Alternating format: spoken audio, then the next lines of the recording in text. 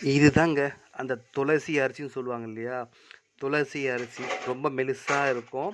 அது வந்து சாப்பிட்றதுக்கு நல்லாயிருக்கும். இது பிரியாணிக்கு ரொம்ப டேஸ்ட்டா இருக்கும். உடம்புக்கு நல்லதுன்னு சொல்லியிருக்காங்க. அதனால நாங்களும் வாங்கியிருக்கோம். இத வந்து துளசி ரைஸ்ன்னு சொல்லுவாங்க. 24 கேரட்டுன்னு சொல்லுவாங்க. இந்த அரிசி காமிக்கிறேன்.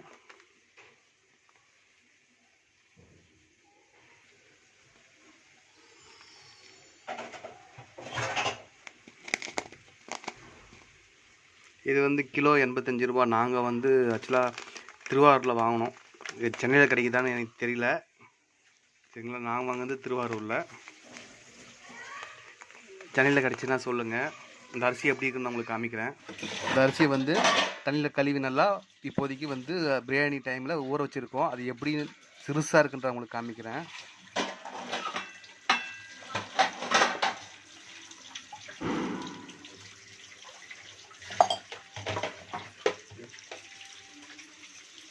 பாருங்கள் எவ்வளோ சிறுசாக இருக்குது பாருங்கள், குட்டிஸாக இருக்கும். செம்ம சூப்பராக இருக்கும். எல்லாமே சீரக சம்பா, அதுக்கப்புறம் பார்த்தீங்கன்னா சீரக சம்பா பாசுமதி சாப்பிட்ருப்போம். இது பார்த்தீங்கன்னா துளசி அரிசி. ஆல்ரெடி கேள்விப்பட்டிருப்பீங்க இந்த பேரை. நிறைய இடத்துல இருக்கான்னு எனக்கு தெரியாது. இந்த பிரியாணி எப்படி வருதுன்ற துளசி அரிசியில் நம்ம பார்க்கலாம். மறக்காமல் இந்த வீடியோவை ஃபுல்லாக பாருங்கள். கடைசியாக உங்களுக்கு நான் காமிக்கிறேன் எப்படி வந்துருக்குன்னு. Okay, bye. Wait and see. இல்லை பிரியாணிங்க, எல்லாருமே வீட்லேயும் பிரியாணினாவே சொல்லவே தேவை. அதுவும் சண்டே இன்றைக்கி பிரியாணினா ஸ்பெஷல் பிரியாணி. அதுவும் இன்றைக்கி நாங்கள் செய்கிறது துளசி ரைஸில் செய்கிற ஃபஸ்ட்டு மட்டன் பிரியாணி. அது எப்படி வருது, எப்படி இருக்குது, எந்த அளவுக்கு டேஸ்ட்டாக இருக்குதுன்னு நான் உங்களுக்கு காமிக்கிறேன். அதுக்கு ஆல்ரெடி நம்ம பார்த்திங்கன்னா வெங்காயம், புதினா, மட்டன் கொஞ்சம், அதுக்கப்புறம் லவங்கம், சால்ட்டு, பச்சை மிளகா, அப்புறம் இலை, தக்காளி, சரிங்களா, இஞ்சி பூண்டு பேஸ்ட்டு, தேவையான அளவு உப்பு, இது எல்லாமே ரெடி பண்ணி அரைச்சி அதுக்கப்புறம் வந்து நல்லா மிளகாத்தூள், வீட்டில் செஞ்ச கரம் மசாலா எல்லாமே இதை போட்டு நல்லா குக்கரில் அப்படியே மெதுவாக தாளித்து எடுத்துக்கலாம்.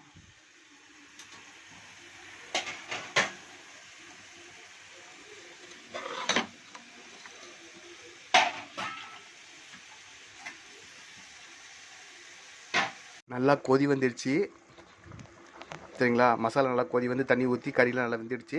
இதுக்கப்புறம் நம்ம ஊற வச்சு அரிசியை வடித்து எடுத்து, சரிங்களா, இங்கே பாருங்கள் எப்படி இருக்குது பாருங்கள்.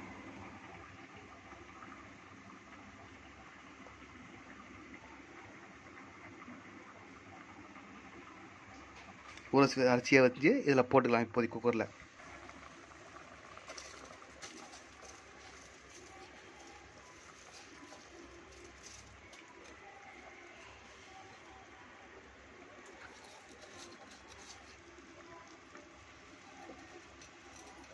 எல்லா துளசி அரிசியும் மசாலா உள்ளே போட்டாச்சு. அதுக்கப்புறம் விசில் விட்டு அதுக்கப்புறம் ஃபைனலாக பிரியாணி எப்படி இருக்குன்னு வெயிட் பண்ணி பார்க்கலாம். சாப்பிட்டு டேஸ்ட் எப்படி இருக்குன்னு நான் சொல்கிறேன்.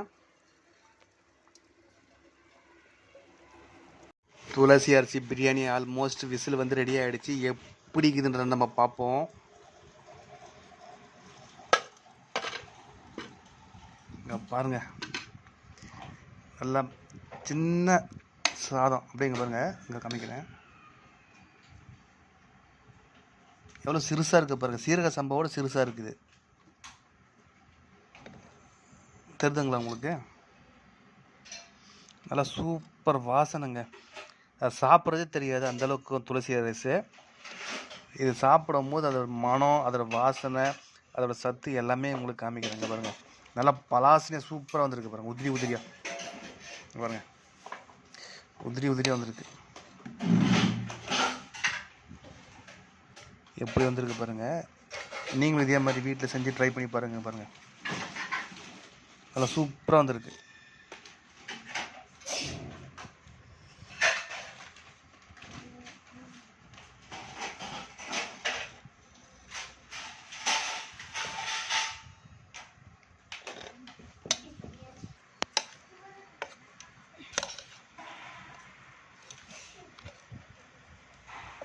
எந்தளவுக்கு உதிரி உதிரியாக வந்திருக்கு பாருங்கள். ரொம்ப பலாசனையாக சூப்பர். அதுவும் ஃபஸ்ட் டைமுங்க. உண்மையிலேயே இந்த ஃபஸ்ட் டைம் துளசி அரிசி எதிர்பார்க்கல. செம்ம பலாசனையாக வந்திருக்கு.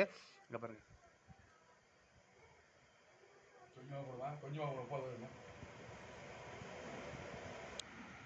சைட் டிஷ் ஆல்ரெடி உங்களுக்கு காமிச்சிருக்கேன். இங்கே பாருங்கள், துளசி ரைஸ் பிரியாணியும் மட்டன் தொக்கு முட்டை மசாலாவும் எப்படி இருக்குன்னு சூப்பராக இருக்குங்க.